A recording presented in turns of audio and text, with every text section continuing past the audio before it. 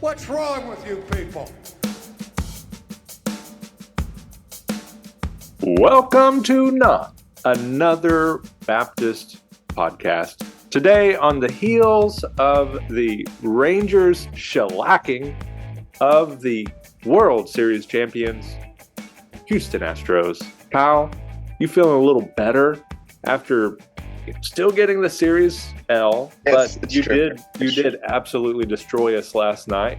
Had a little bench clearing brawl as Baldy got in Simeon's head a little bit. How are you feeling today? You know what?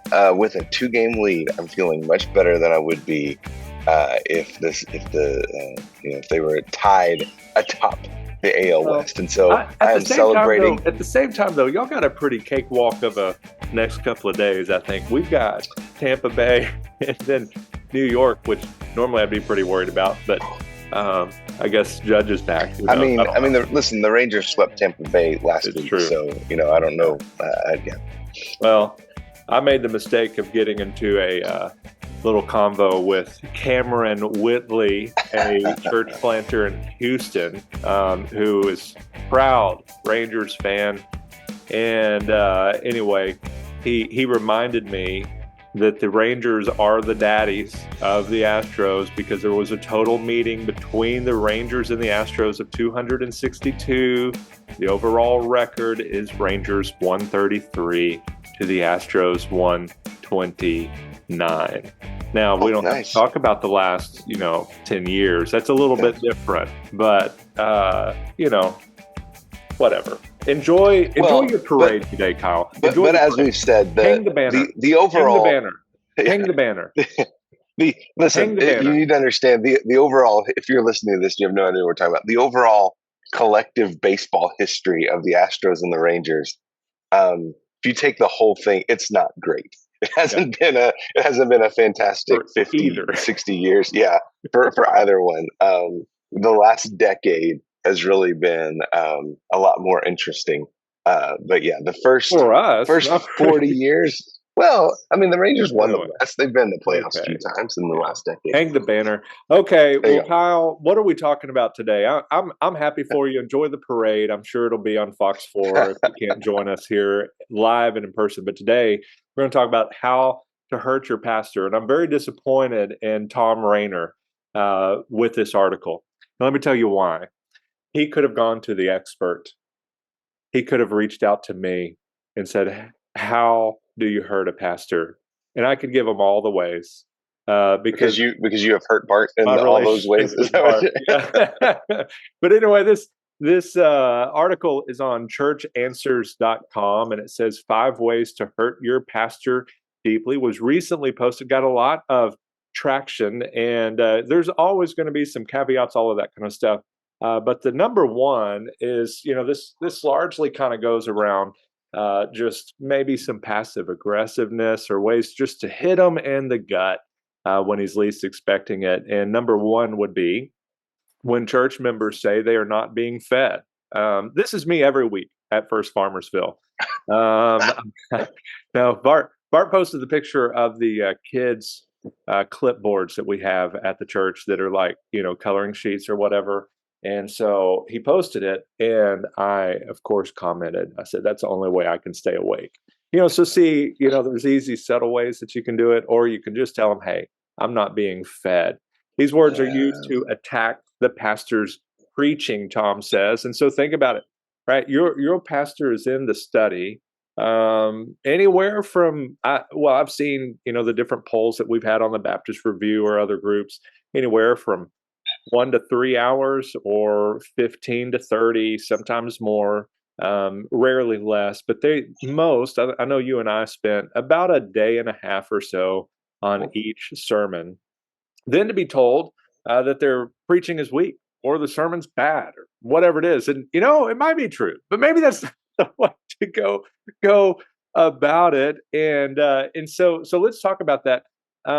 Because the line that is just a zinger here, like Cameron Whitley quality zinger, is you can't be fed if you hardly ever come to the dining room table. Yeah.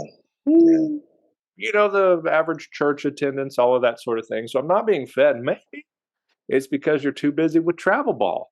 Maybe Yeah. it's because church is the very last thing on your weekend to-do list, and you do not make that Saturday night decision for a Sunday morning worship. So, Kyle, give me a little thoughts. Have you ever heard this? Has a church member ever said, "I'm not being fed"? So I never heard that. As far as I remember, I never heard that as a pastor. I heard. Well, thank you, Adrian Rogers. Yeah, but I heard. I remember being a teenager in high school and hearing that from other people about our pastor, and then I've heard that from various folks at churches through the years, and in this article, Tom points out, he said a number of these pastors who said they've heard this indicated that the members who use this attack most frequently are the ones who attend the least frequently, right? And so that led to the you can't be fed if you hardly ever come to the dining table. But here's the truth of this, right? Your, if you want to call it experience, I'm not sure that's the best word, but if your experience, quote unquote, at church on Sunday morning depends largely on your preparation for it, right? So you're going to so often you're going to get out of it what you put into it, right? So if if you just show up maybe a few minutes late because you don't really want to talk to anyone, you don't want to be greeted, you don't want to fellowship before you sit through the worship service, and then you leave without investing anything in that, you're right. You're probably not going to feel like you're being fed because you're not exerting any energy whatsoever. Right now, on the flip side of that, I've rarely heard this from someone who was involved in a Bible study or a Sunday school class or a life group, whatever you want to call it, from someone who was serving in some way in their church, from someone who is building relationships. Rarely heard this from someone that was involved in their church. Usually if you're looking for an excuse to get out of a church, yes, you'll find it. And this, I'm just not being fed. And I think that is kind of twisting the dagger because that's telling the pastor, as Tom points out here, that all those hours you spent on your sermon aren't amounting to anything, and it's not feeding me. And to add a little bit to what Kyle was talking about with the whole preparation thing, if maybe you even feel this in a genuine way, that your pastor, you love him, he loves you, you're grateful for him, but it just feels like it's lacking a little bit. Maybe the content's a little lighter than you would like. You want to go deeper, you want some meat, that kind of deal. If your pastor is going through a book of the Bible, or you have any way of knowing what the sermon text is going to be, but if they're going through a book of the Bible, you can usually figure that out unless you're going to skip something. So if they're going through a book of the Bible, read through it ahead of time, right? Pray through it. Ask God to speak in and through your pastor as he preaches this. If there's a verse that really sticks out, maybe kind of put that in your notes and look for maybe what he's going to say about that. Look for that, but prepare ahead of time before you even get there with that sermon text. And let me say this, because I know a lot of people through the years who have listened to, an Adrian Rogers, a Charles Stanley who just passed away earlier this year, or a David Jeremiah, or something like that. So they're hearing solid preaching, and they go to their church on Sunday morning and they say, "My pastor doesn't preach like that. I'm not being fed." Right? Why can't my pastor preach like Charles Stanley? Well, because that's everybody that has a church member that listens to me. I just feel so that's right. I just set that bar so incredibly high. But here's the thing. All right, here's and during COVID, this blew up, right? Because everybody was suddenly broadcasting their sermons, and so if you were trying to find a better preacher than the one you currently have, you could probably find it, right? But here's the thing: when a need arises in your life, that person whose sermon podcast you've been listening to is not going to be there. When you're in the hospital, when you have an emergency in your family, that person is not going to be there. Your local church pastor, however, in the vast majority of cases, will be, and that's the value of remaining plugged into a local church rather than just going and I'm just going to sit at home and watch somebody on TV. Yeah. Well, number two, and I know you've heard this. I've heard in every role I've served: kids minister, worship pastor, student leader. associational missionary, pastor, education role, all of those things. I've heard it in some shape or form when church members say, people are saying, Yep. of course, the people are rarely identified. And I would almost go to say are never identified in my experience. And so there's literally nothing the pastor can do. Like people are saying usually is code for I don't like this. Yep. Yep. Like I don't want this to happen or I want this to happen, whatever it might be. And Tom mentions that a number of pastors said that they got complaints about something they did or did not do, and they have no idea when or even if this offense took place. Some people like to hide behind a keyboard on social media. Of course, we know that plenty of anonymous accounts to go around. But others like to just claim people are saying, right? There's literally nothing. It kind of goes up there with an anonymous letter. And because there's just so little you can do with that other than throw it in the trash can. You can't throw this person in the trash can. So how do you respond when somebody comes up to you with the people are saying comment? Yeah, I think the best way to address this is to say, I would love to speak with those people, right? If this is a real, genuine concern, I would like to speak with them. And so what you do then is you put that in the other person, in the person who brought that to you. You put the ball in their court. So if there really are some people who are upset about it, you've just invited them to a meeting. If it's this person who um, is bringing their concern to you, veiled in some people are saying, you then have the ability to say, "Listen, if that's a real concern, I want to address it, but I want to address it with the people who have the concern." And so you never want to let a silent group, an anonymous group of people control your decisions.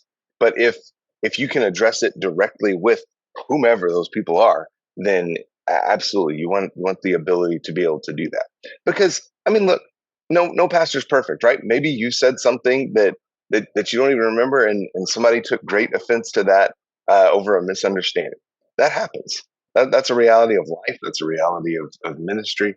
Um, and so I don't think you just want to callously say I don't care, but rather you want to say I would love to speak with those people about that concern. Awesome. And then I would say this and follow up that in the event that um that they continue to be upset or whatever, people are still upset about this, you can say, look, I've offered to meet and to address this, and it's never been addressed, and I can't address anonymous people. I need to know who has the complaint. And you go back to Matthew 18. That's the pattern for addressing those things. Yeah. All right. Number 3, when church members stop giving. Most pastors do not know what their members give, rightfully so, but word usually gets to them about someone who has decided to protest through withheld giving. And sometimes, pastors even, do this when we, hear about certain things in denominational life, that it's like wielded like a weapon to either get your way, to protest, whatever it might be. And these members, Tom Rayner points out, obviously think it's their money, not God's money, and so that's a concern. So Kyle, I know, like I've had it said, to the effect of like this church wouldn't survive without us. Yeah. And it wasn't like in their vast amount of volunteer service. It was, financially. Yeah. And we didn't change. And you know what happened at the church?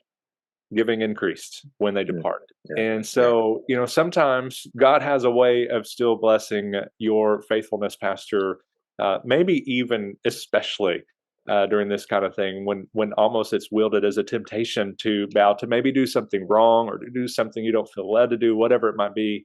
Like be careful here, Pastor. So what are your thoughts here? Yeah, I mean, this I have heard. And typically, if you have a church member who's going to stop giving, you might find out about it because they really want you to know, right? Well, I'm just going to stop giving my money, or When I was a youth pastor, I remember one gentleman who came into the pastor's office and said rather loudly, "I'm taking my tithe and going elsewhere." Um, you know, again, as Tom says here, they obviously think it's their money, not God's money, and they see their money as a weapon to basically get what they want, right? And so here's how, Pastor, you can proactively address this. Um, and the time to do that is not the Sunday after someone threatens to withhold their giving to suddenly, do a sermon on giving, but the beauty of expository messages is that if you're going through a book of the Bible, you're going to sooner or later come across a passage on money, and it's a great time just to make just to make it clear. Look, the Bible the Bible expects that the people of God support the ministry of their local church through giving, and that giving is not a weapon. Now, again, that doesn't mean that people can't come to you with concerns. You should encourage that. Listen, if you have questions about something that's going on, come to me, not as an anonymous people, but as I have a concern with this. Um, and and I think there's a lot of um, I think there's a lot of credibility when someone comes to you and a church member comes in and says, "Listen, I, I love this church. I support this church through service. I support this church through giving, and here are some concerns." And I'm not threatening to stop, but I have some as a church member. I have some concerns, and that always carried a lot more weight with me rather than somebody who was coming in and kind of throwing a temper tantrum and threatening to leave if they didn't get their way, you know, with the sign that we put in the hallway, right? if that didn't if they didn't like it, they were leaving. Um, yeah. Again, this comes through discipleship, right? In a long term process of teaching your people, their money's not their own; it belongs to God, and God has certain expectations about how we handle that. Yeah. All right. Kyle, have you ever heard somebody say, "I'm not racist, but I don't mean to to be mean, but anytime you throw that but in there, it changes everything." And Yep. so number 4, when church members say, "I love you, Pastor, but," But my favorite passage in the Bible has a but in it, and but for a different reason, because it changes everything. It takes it from terrible, horrible, awful news to wonderful news. But this is one that just goes straight to the heart. "I love you, Pastor, but," yeah, and that usually will be followed by, Tom says, some kind of negative comment, some kind of complaint or criticism, but they're going to like couch it in this pseudo love. yeah, I like that he just called it pseudo love, like just sort of love. Like yeah. I don't want to hurt your feelings, but I'm here's about to insult you. sucks. Yeah. Like I don't want you to think you're doing a bad job, but everything you're doing is awful, and we hate Yeah. it. We're gonna leave. So I don't know that we need to dig into this one a whole lot, because I want to leave some time for number 5. But church members that say, "I love you, Pastor," but just stop doing that. Yep. Love him in his faults and his flaws. Help him, be there in his corner, encourage him. I've said often on this show, you're not going to get the pastor you expect. You're not going to get the pastor that you hire. You're not going to get any of that. You're going to get the pastor you pray for and you encourage. And so build them up. Don't tear them down with these kind of comments. And number 5 sticks out a little bit to me, because I've got 2 of my daughters that keep making faces at me as I'm recording this. So I just want to say those 2 are fair game for this. But it's when church members complain about the pastor's family. Number 5, when church members complain about the pastor's family. Tom says pastors know that their spouses and children aren't perfect. We live with them. We know them. They know that we're not perfect, and vice versa. And if something needs correction, they're willing to hear about it. I don't know a pastor that wouldn't want to know Yeah. those things if it was a big deal, whatever it might be. But most of them are petty and unfounded. Our last pastor, his wife played the piano. Why Yeah. don't your wife do that? Our last pastor's wife, she was in the nursery every Sunday. Where's your wife? Yeah. She's watching my dadgum kids in the front row of the church. What you think? Anyway, not that that's spoken from experience by any means, but anyway, when church members complain about the pastor's family, and so of course that's your first ministry, that's your your first love after Christ. And so those are going to be particularly painful. Kyle, let's talk about that for a moment. Yeah, I mean, thankfully, I was shielded from that for the most part. I mean, we had churches that loved our families, but I've visited with a lot of pastors who have, and it's almost like whether churches realize it or not. I mean, it's almost like they found the absolute nastiest way to go after their pastor, and that is through, you know, making veiled comments about, how misbehaved the pastor's kids are, or how, man, would be nice if we could pay our pastor enough for his wife to have some good clothes, or I mean, yeah, I mean, if you just want to, we talked about the first one of, they're not being fed and how that twists the knife. This is a whole nother level, right? Because this is saying, um, not only are you, pastor, probably not leading our church well, but you're obviously not leading your family well for whatever these reasons is happening. And I mean, listen, as you mentioned, pastors know their families are not perfect, right? Believe me, they know far better than you do, church member, how imperfect their families are. But every single pastor that I've known is really honestly doing the best he can as a pastor, as a husband, as a father. And let's be honest, I mean, all of those are very high and difficult callings, each of them. And so, sometimes we get things out of balance, and we, pastor may not have that perfect, put together family that you're looking for. But my word, give the guy some grace, right? And give his family even more grace, especially yours, Matt, because they got to put up with you. So right. I know why. I know why they all got issues, because they got to live with you. Yeah, and I think Mark, when he was talking about his book, was talking about how what is the other occupation that requires this, that requires that to be somewhat functional and put together, that kind of deal. And what other job? What other job does your spouse come in for the interview? Every time. I've never had a ministerial interview where Michelle wasn't there, and she's asked that before. Like, what other job would I be in there for the whole interview with you? Like, at a bank, they're not bringing in your wife to. Even when she interviewed as a teacher, like, they didn't bring me in, right? I mean, this is a unique thing, and again, rightfully so, because the scripture says a lot about the pastor's family, but it also says a lot about the fruit of the Spirit is love, joy, peace, patience, kindness, goodness, faithfulness, gentleness, and self-control.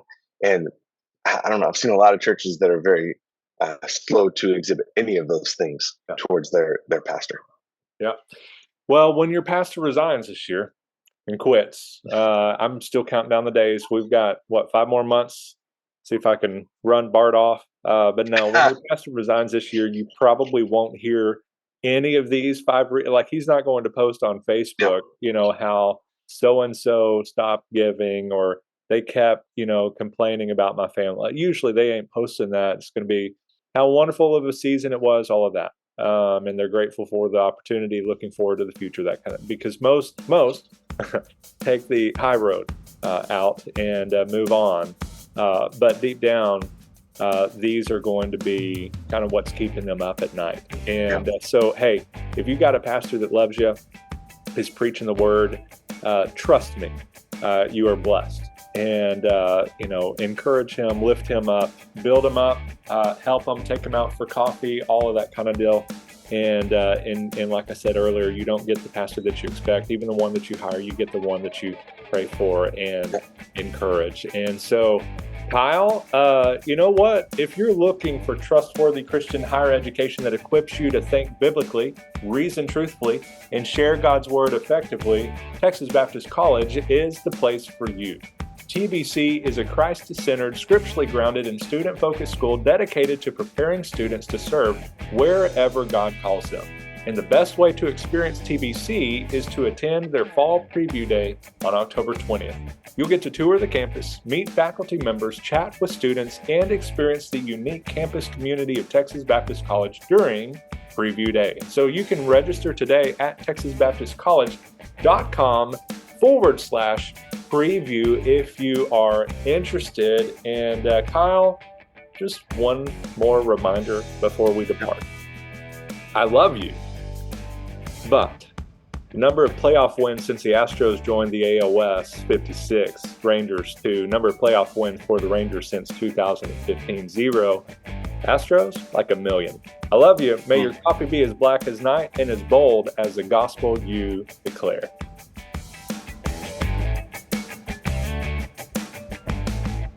What's wrong with you people?